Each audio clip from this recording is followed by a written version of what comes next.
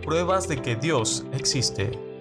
Por algún tiempo el autor y pastor Tim Keller se reunía regularmente con un joven científico brillante. Este joven estaba encantado por la idea de que Dios existía, pero a medida de que consideraba un argumento de Dios tras otro, finalmente se dio cuenta de que cada uno de ellos era racionalmente evitable, hasta cierto punto. No creeré, al menos de que encuentre por lo menos una prueba absolutamente hermética de Dios, dijo el afligido científico. Al oír esto, Keller señaló que este asumía un fuerte racionalismo, y la preocupación del científico fue de alguna manera resuelta cuando ambos recapacitaron que inclusive ninguno de ellos era capaz de dar tal prueba de hermeticidad. Lo que esta anécdota ayuda a ilustrar es que aceptamos muchas de nuestras más profundas convicciones como racionales, aunque todos reconocemos que no hay argumentos para justificarlos. Por ejemplo, la creencia aceptada de que existe un mundo físico muy parecido al de nuestros sentidos, o que existen otras mentes que no son las nuestras. Esto ha llevado a algunos filósofos a preguntar: ¿acaso necesitamos pruebas herméticas para saber que Dios existe? Como lo expresa William C. Davis. Los críticos de la creencia en la existencia de Dios pueden insistir que aunque los cristianos creen haber experimentado la presencia de Dios, no pueden saber si Dios existe, al menos que puedan probarlo. ¿Pero acaso estos críticos aplican la prohibición a sus propias creencias? Si lo hicieran, entonces tendrían que admitir que tampoco saben si las mesas y las sillas existen, o que el mundo tiene más de 5 minutos de antigüedad. Esas creencias tampoco pueden ser probadas, pero me parece raro que se insista en que esas no son cosas que sabemos. Ahora, un vistazo a las pistas de Dios. Dicho esto, muchos argumentos se han adelantado como evidencia de la existencia de Dios. Ninguna de ellas representará una prueba convincente para todos los escépticos. Sin embargo, tomados en conjunto, merecen una reflexión cuidadosa, como dijo Tim Keller.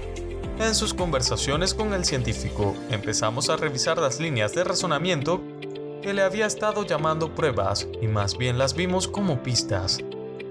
¿Cómo se fue con esa perspectiva? Comenzó a ver que, en conjunto, las pistas de Dios tenían una gran fuerza para ellos. Disculpándome de antemano por la brevedad necesaria, aquí cito solo algunos de los argumentos. 1. La existencia de algo en lugar de nada, es decir, nuestra propia existencia, es más probable si existe un creador que si no. Número 2.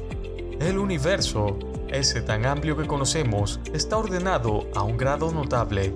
En más de una manera, las leyes naturales son ambas simples y uniformes. La capacidad de reproducción es penetrante y una gran complejidad se produce usando solo un número muy pequeño de partículas elementales que interactúan según un pequeño número de leyes. Cualquiera de estas características sugiere que es más probable que el universo sea el producto del diseño que un producto de fuerzas aleatorias impulsando partículas sin propósito que dieron lugar a una estabilidad accidental. Tomadas en conjunto, esas dos declaraciones son aún más formidables como argumentos para un diseñador. ¿No lo creen? Número 3. Valor. Tanto estético como moral parece ser una característica objetiva del mundo y no algo meramente impuesto por las preferencias humanas. Es un hecho más probable de ser el caso si de hecho existe un creador que si el universo fuera un gran accidente. Número 4. La conciencia y la inteligencia humana son más probables de ser producto de un creador inteligente y consciente que del universo físico que carece de cualquiera de ellos. Número 5. Los seres humanos tienen muchas características que son más fáciles de explicar por medio del teísmo que del naturalismo metafísico, aunque solo sea porque el naturalismo metafísico solo explica todas las capacidades humanas en términos estrictos de su capacidad para mejorar la supervivencia. Entre tales características están la posesión de facultades confiables orientadas a la verdad, al aprecio por la belleza y el sentido del humor. También, el naturalismo metafísico no explica por qué los seres humanos poseen, o al menos convenientemente parecen poseer, libre albedrío. Por supuesto, es muy posible afirmar que alguna de estas 5 características del universo no existe, como lo es el caso de la moralidad cognitiva, o que las fuerzas naturales pueden explicarse adecuadamente para ellos. Sin embargo, como ha enseñado uno de los autores, en ninguno de estos casos es plausible asegurar que las teorías naturalistas explican los datos mejor que los teístas. En cada caso, la hipótesis de que Dios existe tiene poder explicativo superior, y es que incluso la existencia del sufrimiento o el mal y nuestros reconocimientos de ellos como tales se explica mejor bajo la hipótesis de Dios que de una naturalista. El filósofo Alvin Plantinga escribe: ¿podría de verdad haber algo tal como una terrible iniquidad si no existiera algún Dios? No veo cómo. Puede haber tal cosa solo si hubiera una forma en la que las criaturas racionales supuestamente vivieran, obligadas a vivir. Una manera de mirar el mundo puramente naturalista no tiene lugar para una verdadera obligación moral de ningún tipo. Y así no hay manera de decir que existe una inequidad genuina y terrible. Por consiguiente, si crees que realmente existe tal cosa como una terrible iniquidad y no solo una ilusión de alguna especie, entonces tienes un poderoso argumento para la existencia de Dios. Sopesando las opciones, la existencia del universo que percibimos es simplemente mejor explicada cuando permitimos la posibilidad de la existencia de Dios. O parafraseando a C.S. Lewis, muchos han llegado a creer en Dios por la misma razón por la cual creen que el sol salió, no solo porque lo ven, sino porque a través de él ven todo lo demás. Mientras son algunas las teorías que afirman la existencia de un Dios todopoderoso, algunas otras teorías opinan todo lo contrario, y así ha sido durante muchos años.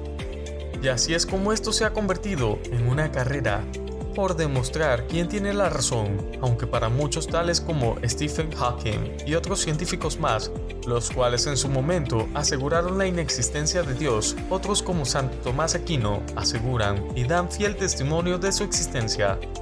Pero la decisión final queda sobre cada uno de los seres humanos y sobre qué eligen creer, pues una creencia va más allá de un simple ideal o de un pensamiento, que asciende hasta convertirse en una convicción propia y en un estilo de vida.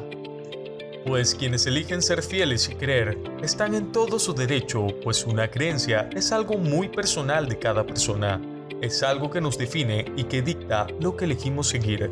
Mientras quienes eligen ser teóricos y no creer, pues también están en todo su derecho en creer que la evolución humana no tiene nada que ver con la omnipotencia divina de un Dios, sino del crecimiento dado por el mundo mismo y el avance de las especies.